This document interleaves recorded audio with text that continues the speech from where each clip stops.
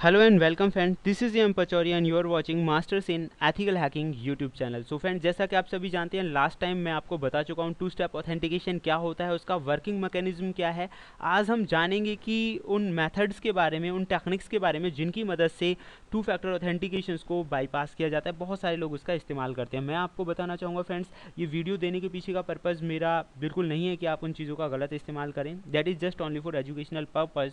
और प्रैक्टिकली मेरी कोशिशें रहेंगी कि प्रैक्टिकली मैं वो चीज़ें आपको समझाऊं। लेकिन पहले हम समझेंगे उन मेथड्स के बारे में जो टू फैक्टर ऑथेंटिकेशंस को हैक करने के लिए इस्तेमाल किए जाते हैं, बाईपास करने के लिए आप इस्तेमाल कर सकते हैं। तो फ्रेंड्स, चलिए स्टेप बाय स्टेप समझते हैं। सबसे पहले यहाँ पे पहला जो मेथड है जो मैं आपको बताने जा रहा हूँ वो है bypassing to factor authentication using conventional session management. तो यहाँ पे एक क्वेश्चन आ गया, conventional session management. Conventional session management का मतलब क्या होता है? तो फ्रेंड्स, मैं आपको बता दूं, यहाँ पे जो बाईपास किया जाता है टू फैक्टर को, उसके लिए जो मेथड है सेशन मैनेजमेंट किया जाता है। जैसा कि आप सभी जानते हैं, सेशन, जब भी आप नेट पे सर्फिंग कर रहे होते हैं तो एक सेशन क्रिएट होता है उन सारी चीज़ों के लिए। जो डेटा पैकेट्स आ रहे होते हैं नेटवर्क कम्युनिकेशन के दौरान या फिर जा रहे होते हैं, वो सारी चीज़ें एक सेशन के माध्यम से रिकॉर्डेड होती हैं। तो इस मेथड में जो होता है, इस मेथड में क्या होता है, हम पासवर्ड रीसेट फंक्शन का इस्तेमाल करते हैं। पासवर्ड रीसेट फंक्शन, जैसा कि आपने मोस्टली टाइम यूज़ किया होगा, पासवर्ड को रीसेट करना। तो फ्रेंड, जैसे ही आप पासवर्ड को रीसेट करते हैं उसके लिए आपको चाहिए होगा पासवर्ड रीसेट टोकन। तो पासवर्ड रीसेट होने के बाद, यानी कि अगर आप पासवर्ड रीसेट करने में सक्सेसफुल हो जाते हैं, तो उस सिचुएशन के बाद जो लॉगिन आप करेंगे तो टू स्टेप ऑथेंटिकेशन का जो फंक्शन है, टू फैक्टर ऑथेंटिकेशन का जो फंक्शन है, वो हट जाएगा। तो इसके दौरान जो मेनली काम हुआ, जो एक अटैकर है उसने क्या काम किया फ्रेंड्स, टू फैक्टर ऑथेंटिकेशन में ऑनलाइन प्लेटफॉर्म पे जो अटैकर है उसका इस्तेमाल कर सकता है। जो टोकन्स होते हैं, पासवर्ड रीसेट टोकन्स, यहाँ पे क्वेश्चन आया था, वो सेशन को मैनेज करके रखते हैं। और अगर आप एक किसी भी टेक्निक की मदद से अगर रीसेट करने में सक्सेस हुए, चाहे वो आपका फ़ोन नंबर है, चाहे वो ईमेल आईडी है, किसी की मदद से भी अगर आप रीसेट करने में सक्सेस हो जाते हैं, तो जो रीसेट टोकन जो होता है उसी के अंदर ऑलरेडी वो इनबिल्ट फंक्शन होता है जिसकी मदद से आप टू फैक्टर ऑथेंटिकेशन को बाईपास कर सकते हैं। ये पहला मेथड था। अब हम बात करेंगे friends second method, oath mechanism. Oath मतलब क्या हो गया? एक तरह की परमिशन है। यहाँ पे ओथ का जो मतलब है, एक तरह की परमिशन लेना यूज़र से, या फिर यूज़र ने जाने अनजाने में आपको परमिशन दे रखी हो कि हाँ, ये उस टोकन का इस्तेमाल कर सकते हो in case of that. For example, जैसे मैं फेसबुक का एग्जांपल देना चाहूँगा। जब आप फेसबुक में अपने पासवर्ड को रिकवर करने की कोशिश करते हैं तो वहाँ पे वो आपसे पूछता है कि भाई, आपके जो ट्रस्टेड फ्रेंड्स हैं, फ्रेंड सर्कल में से अगर आप किसी को जानते हैं तो उसे सेलेक्ट कीजिए या उसकी आईडी पे ये पासवर्ड आएगा। तो इन केस अगर आप ट्रस्टेड फ्रेंड की लिस्ट में ऐड हैं तो उस सिचुएशन में एक तरह से आपने परमिशन ली हुई है। ये सिर्फ एक एग्जांपल था।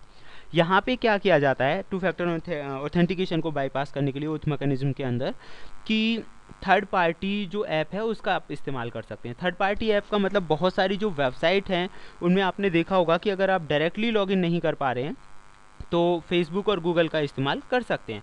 तो वहाँ से क्या होगा, एक रिक्वेस्ट जाएगी, जैसे कि आप इस एग्जांपल में समझ सकते हैं, site.com, anyone xyz कोई भी साइट हो सकती है, इस पर आपने रिक्वेस्ट भेजी है, फेसबुक के थ्रू आप ये कर रहे हैं ऑथेंटिकेशन टोकन के लिए, तो फेसबुक वेरीफाई करेगा यूज़र के अकाउंट को। तो ये हो गया इनडायरेक्ट मेथड, हो गया एक तरह से कि थर्ड पार्टी ऐप की मदद से आप इस चीज़ को बाईपास कर सकते हैं।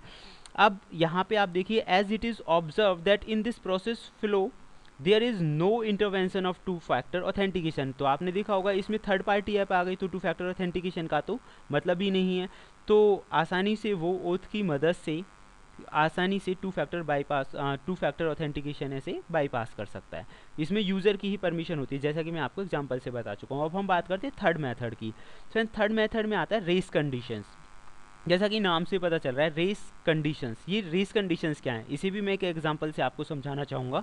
रेस कंडीशंस का मतलब है, जैसे कि कुकी स्टीलिंग वाला एक वीडियो था, मैंने आपको बताया कि एक पर्टिकुलर सेशन को अगर रिकॉर्ड किया जाए और उस सेशन को दोबारा से रनअप किया जाए तो उस सिचुएशन में उस सेशन का जो टोकन है वो आपको मिल जाता है और आसानी से आप टू फैक्टर जो ऑथेंटिकेशन है उसे बाईपास कर सकते हैं। तो इसमें आप जैसे पढ़ सकते हैं, race condition is term as utilization of a previously known value recursively it is an attack that take advantage of applications ability to utilize previously used और अनयूज्ड टोकन्स। इसका मतलब क्या हुआ, इसका मतलब यही हुआ फ्रेंड्स कि प्रीवियसली जो यूज टोकन्स हैं, यानी कि कोई भी पर्सन जिसने पहले से लॉगिन किया है उस सेशन को अगर आप रिकॉर्ड कर पाए हैं तो उस सेशन को, क्योंकि उसमें पहले से यूज़ किए गए टोकन्स हैं, उस सेशन को आप वहाँ पे इम्प्लीमेंट करेंगे तो टू फैक्टर ऑथेंटिकेशन बाईपास हो जाएगा। जैसे कि लास्ट टाइम मैंने आपको एक एग्जांपल दिया था, दुनिया के सबसे बड़े हैकर ने जिस मैकेनिज्म का इस्तेमाल किया था कि भाई टू फैक्टर ऑथेंटिकेशन को हैक किया जा सकता है।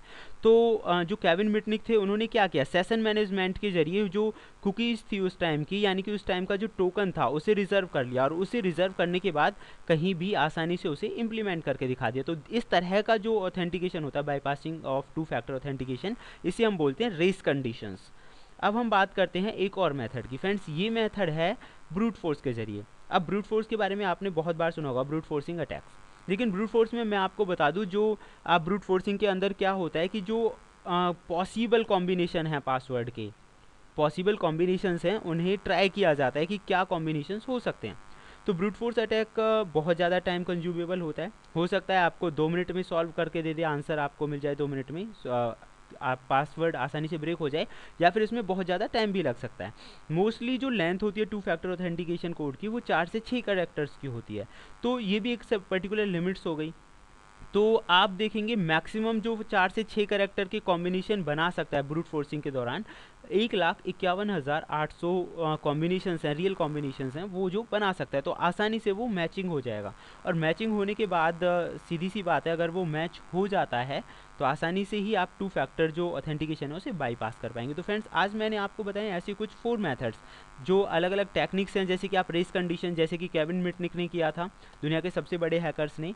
दूसरा है लाइक ओथ मैकेनिज्म, यानी कि यूज़र की मर्जी से ही अगर आपको टोकन मिला हुआ है। और एक था इसमें सेशन मैनेजमेंट, यानी कि अगर आप पासवर्ड रीसेट करने में सक्सेसफुल हो पाते हैं। तो ये 4 मेथड्स मैंने आपको बताए थे जिनकी मदद से टू फैक्टर ऑथेंटिकेशन को बाईपास किया जा सकता है। फ्रेंड्स यहाँ आज का जो क्वेश्चन है वो ये है कि आपको बताना है एक 5th मेथड जिसकी मदद से हम टू फैक्टर ऑथेंटिकेशन को बाईपास कर सकते हैं। जिसका सबसे बेहतरीन आंसर होगा टू फैक्टर ऑथेंटिकेशन को बाईपास करने का, वही उसका लकी विनर होगा। और अगर आपको नहीं पता है तो वो मेथड मैं आपको बताऊंगा as you know every Saturday. अगर आप चाहते हैं ऐसी बेहतरीन इन्फॉर्मेशन आपको मिलती रहें तो देखते रहिए YouTube channel masters in ethical hacking. Thank you, good bye.